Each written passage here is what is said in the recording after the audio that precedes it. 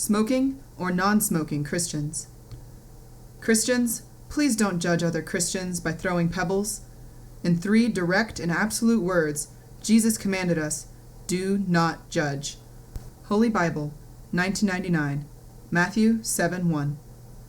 Jesus is predominantly concerned with the discouraging attitude in which we judge believers and non-believers alike, not the act of judging. Of course, people should be held accountable for their actions. The world would boil over with wickedness if we didn't. Yet, when you really think about it, there would be no forgiveness without blame, and we fault people after we have judged them.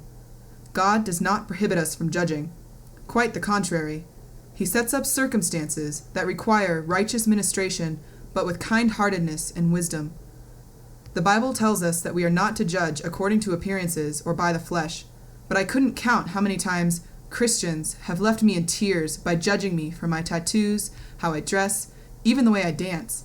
Holy Bible, 1999, John 7:24, John 8:15, James 2:1-4.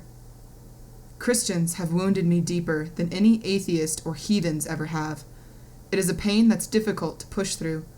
Loving, open rebuke is where many Christians bomb. For in the same way you judge others, you will be judged.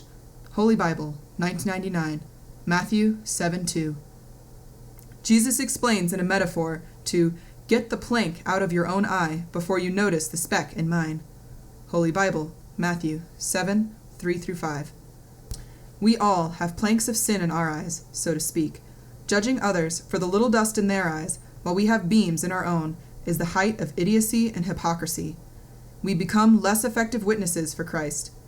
If you follow the 10 Commandments, go to church 3 times a week, or give money to the poor, you have been taught that's what Christians should do. But if you don't have love, you are a resounding gong and clanging cymbal. It reminds me of that time I had to set a display of 5,000 wind chimes. By the time I was finished, the sound of a wind chime became horrific. Not to judge, teehee, but some Christians are resounding gongs and cymbals in God's ears. No love, just noise. A stretched, almost funny analogy is smokers versus non-smokers. Christians can be like miffed non-smokers who used to smoke. They never judge themselves as they puffed away, but when they quit, they judge others. It's made clear. Ew, that stinks. Just get it away from me. As most people know, the most radical non-smokers are ex-smokers. They typically respond to smokers with repulsion and complete intolerance. The very same people who sat around an ashtray outside weeks before talking about their wives and kids now see smokers as inconsequential, even leprotic.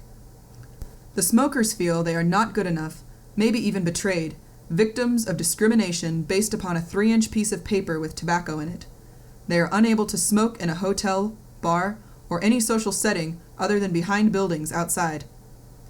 Let's look through our new Amber's Christian filter.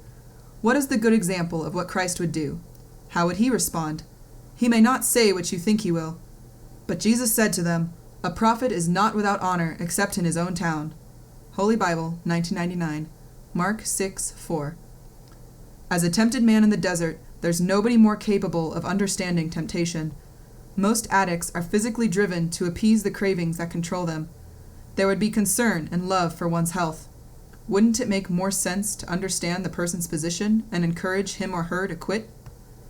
James explains in the Bible that he who judges his brother speaks against the law, but he implies that judging others must be completed with great mercy. Holy Bible, 1999, James 2:12-13. For Christians, these judgments should be made only after we have humbled ourselves beneath the moral teachings of Christ, praying in the Spirit for conversant discernment. Thus, judgments should be molded by an empathetic person who makes every concerted effort to understand and extend love. Any proud and prejudiced chump can have an opinion, but casting judgment is a labor reserved for conscientious and compassionate people. You can't change the past, but you can always change your future. I desired a conversion, to be a better mother to my children, a more loving wife to my husband of 15 years, and a healthier daughter to my grandparents. I rejected negative thought, refusing to wallow in my own self-pity.